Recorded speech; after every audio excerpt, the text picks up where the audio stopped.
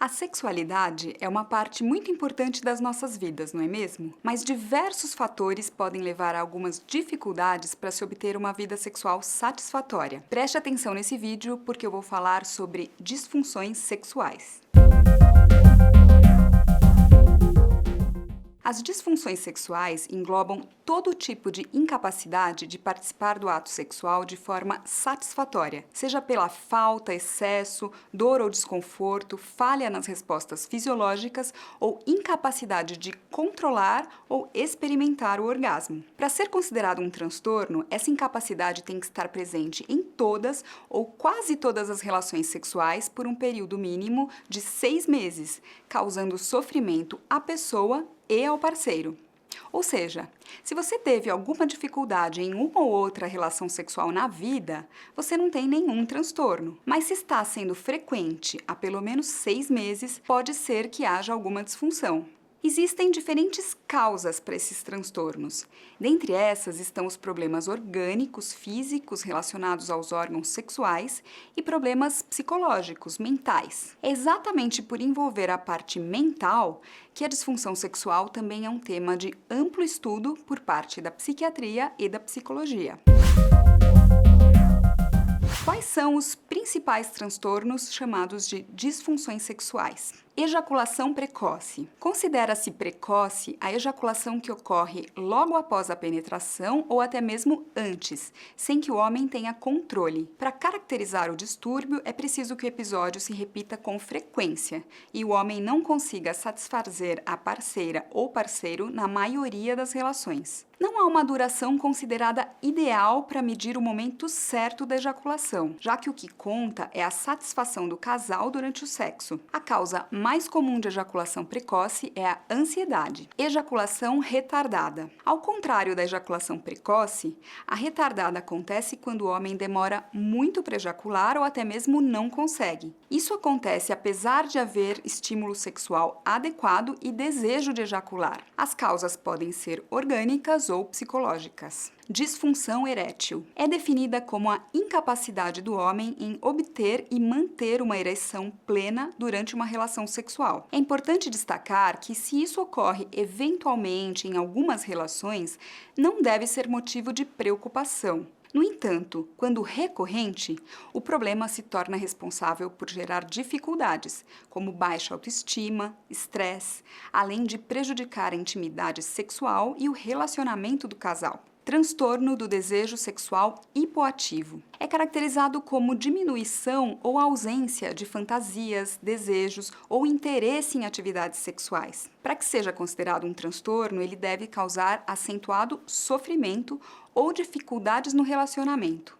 Simplesmente ter menos desejo do que o parceiro não é suficiente para o diagnóstico. Transtorno do orgasmo feminino. É caracterizado por atraso ou ausência persistente ou recorrente de orgasmo após uma fase normal de excitação sexual. As mulheres apresentam uma ampla variabilidade no tipo ou na intensidade da estimulação que leva ao orgasmo. O diagnóstico desse transtorno deve levar em conta se a capacidade orgástica da mulher é menor do que seria esperado para sua idade, experiência sexual e adequação da estimulação sexual que recebe. Além disso, a perturbação deve causar acentuado sofrimento ou dificuldade interpessoal. Transtorno da dor gênito-pélvica penetração. Esse transtorno é chamado assim na nova classificação de transtornos psiquiátricos, o DSM-5, mas até então era dividido em vaginismo e dispareunia. Esse transtorno se refere a 4 dimensões de sintomas. 1. Dificuldade para ter relações sexuais e de experimentar qualquer forma de penetração. 2.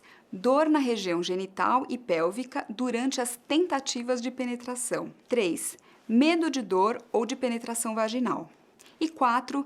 Tensão nos músculos do assoalho pélvico. Em função da dor, essas mulheres acabam evitando situações sexuais, focando apenas na satisfação do parceiro, o que torna ainda mais difícil a manutenção do desejo, da excitação e possibilidade de sentir prazer. Se você se identificou com algum desses problemas, que informações você deve avaliar que podem ajudar o seu médico a entender melhor o seu diagnóstico? Eu vou destacar 6 delas. 1. Essa dificuldade existe desde que você iniciou a atividade sexual ou surgiu recentemente? Se foi recente, mudou algo na sua vida que possa estar associado a esse problema? 2.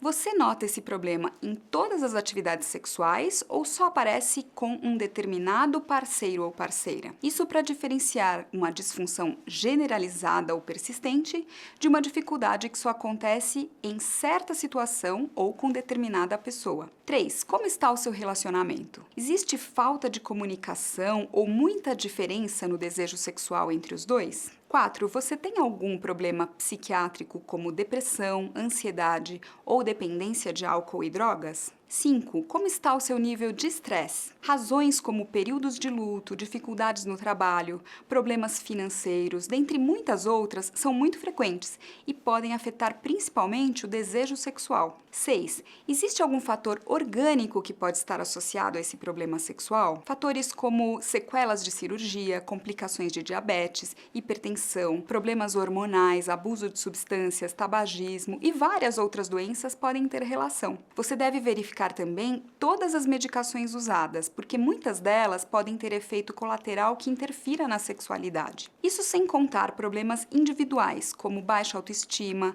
má imagem corporal, história de abuso sexual e emocional, questões culturais e religiosas, dentre muitos outros fatores. Você deve relatar tudo o que achar relevante para o seu médico, sem vergonha e sem inibição.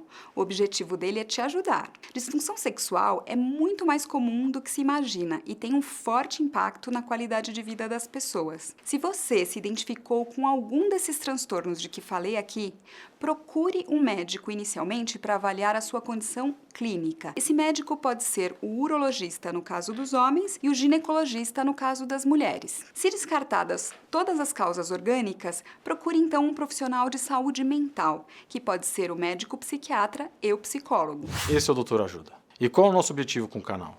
É cuidar. Tão importante quanto o remédio e a cirurgia é a informação. Trazer médicos especialistas que falam uma linguagem simples e acessível, de forma que você entenda, é a maneira que encontramos de ser médico além das paredes do consultório e conseguir ajudar um número maior de pessoas. Você sabia que uma grande pesquisa brasileira, liderada pela psiquiatra Carmita Abdo da USP, ouviu 3.000 pessoas entre 18 e 70 anos e mostrou que para 95,3% dos brasileiros, o sexo é importante ou muito importante para a harmonia do casal. Porém, a maioria não está satisfeita com a frequência com que tem sexo. Os brasileiros disseram que fazem sexo 3 vezes por semana em média, mas eles gostariam que essa frequência fosse de 5,5 vezes.